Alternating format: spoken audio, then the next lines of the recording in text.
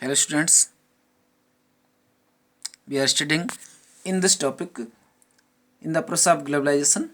तो ग्लोबलाइजेशन को हम समझ रहे थे कि इसको आगे जानते हैं information and communication technology, IT in short. तो आईटी का क्या यूज किया गया, देखिए, has played a major role in the spreading production of services across countries. तो देशों के बीच, यानी कि दो या दो से अधिक देशों के बीच जो प्रोडक्शन सर्विसेज का इंटरचेंज आईटी ने सबसे ज़्यादा किया है। अब इस गर्ल का क्वेश्चन क्या है, इस पर्सन से, ये मैगजीन को देखती है और उनसे पूछती है, it looks like a very nice magazine, ये तो बहुत ही अच्छी मैगजीन लगती है, but why agent my text book printed like this, कि मेरी टेक्स्ट बुक ऐसी प्रिंटेड क्यों नहीं होती।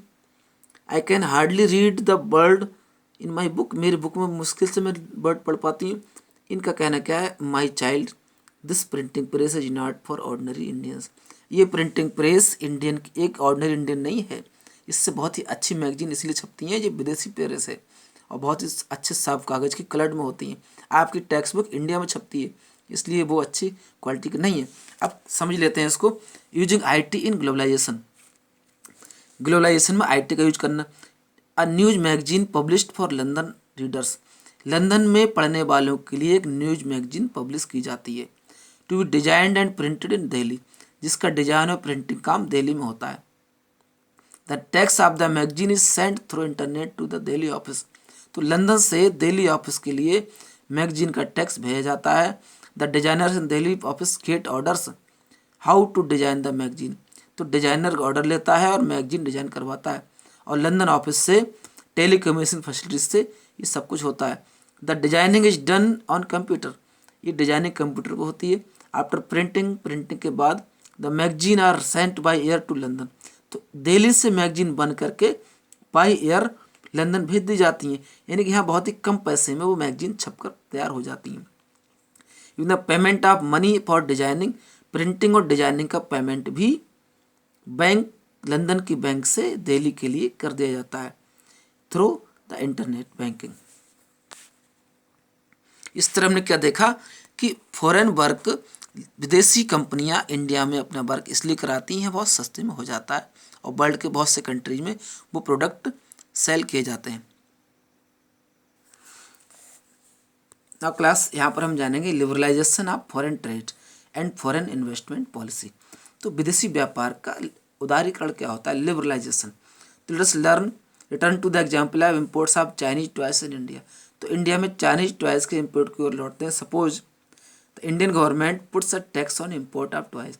अब मान लीजिए कि चाइना से टॉयज यहाँ इंडिया में बिकने आते हैं और इंडियन गवर्नमेंट उस पर टैक्स लगा दे बहुत ज़्यादा, तो क्या होगा, एक बैरियर लग जाएगा। चाइनीज को अपने टॉयज की कीमत बढ़ानी पड़ेगी और उससे बिजनेस करना मुश्किल हो जाएगा, तो इंडियन मार्केट में वो सस्ते में नहीं बेच पाएंगे। अब नेक्स्ट देखते हैं, tax on import is an example of.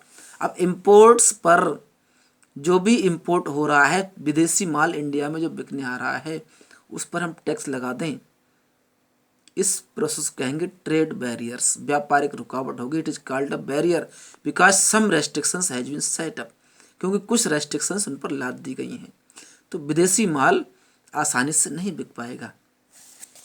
Next main point लेते हैं, this was considered necessary to protect the producers within the country from foreign competition.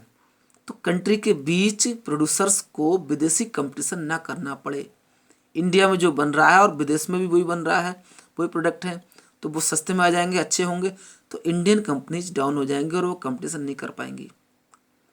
Industries were just coming up in the 1950-60s and competition from imports at the that stage would not have allowed this industry to come up. तो 1950s में जो कंपनियां आई थी उन्हें यहाँ पर आने से रोका गया था, किस कंपटीशन की वजह से, ठीक है। दस इंडिया अलाउड इम्पोर्ट्स, तो इंडिया ने केवल इम्पोर्ट्स को अलाउ किया, किस किस के लिए, इसेंशियल आइटम जैसे machinery, fertiliser, petroleum. All developed country during the early age of development have given protection to domestic producer through variety of means. तो अपने पर्पज की, अपने डेवलपमेंट की चीज़ों के लिए रुकावट नहीं की गई। 1991 में some far reaching changes in policy were made in India, तो इंडिया की पॉलिसी में बहुत कुछ चेंज हुआ। Government decided that the time had come for Indian producers compared with producers around the globe.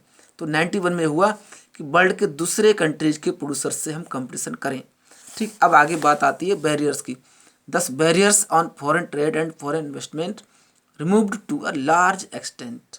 विदेशी माल को यहाँ पर इंपोर्ट करने के लिए बैरियर्स को बड़ी मात्रा में रिमूव कर दिया गया। This meant that goods could be imported and exported easily. तो गुड्स इंपोर्ट और एक्सपोर्ट आसानी से हो सकता था। Also foreign companies could set up factories and office here. और फॉरेन कंपनीज यहाँ पर फैक्ट्री जो ऑफिस लगा सकते हैं, और ये 1991 में ऐसा प्रोविजन बनाया गया।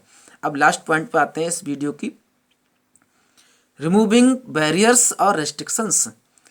बैरियर्स रुकावट और रेस्ट्रिक्शंस में रुकावट होता है। Set by the government, government द्वारा लागू किए गए बैरियर्स को रिमूव करना is what is known as liberalisation. इसी को लिबरलाइजेशन कहते हैं। गवर्नमेंट एक इस लिबरलाइजेशन के रूप में, बैरियर्स के रूप में क्या कर देती है, टैक्स लगा दिए जाते हैं। मान लीजिए कि हमें चाइनीज़ मोबाइल यहाँ पर इंडिया में बहुत बेचे जा रहे हैं, ठीक है। चाइनीज़ मोबाइल को बिक्री को कम करने के लिए और इंडियन मोबाइल की बिक्री को बढ़ाने के लिए क्या होगा, हम चाइनीज़ आइटम्स पर टैक्स ज़्यादा लगा दें, तो चाइनीज़ आइटम खुद से खुद महंगा हो जाएगा और इंडियन मार्केट बढ़ जाएगा, इंडियन पर टैक्स नहीं लगेगा। तो चाइनीज़ माल पर टैक्स लगा देना ही एक ट्रेड बैरियर कहलाएगा।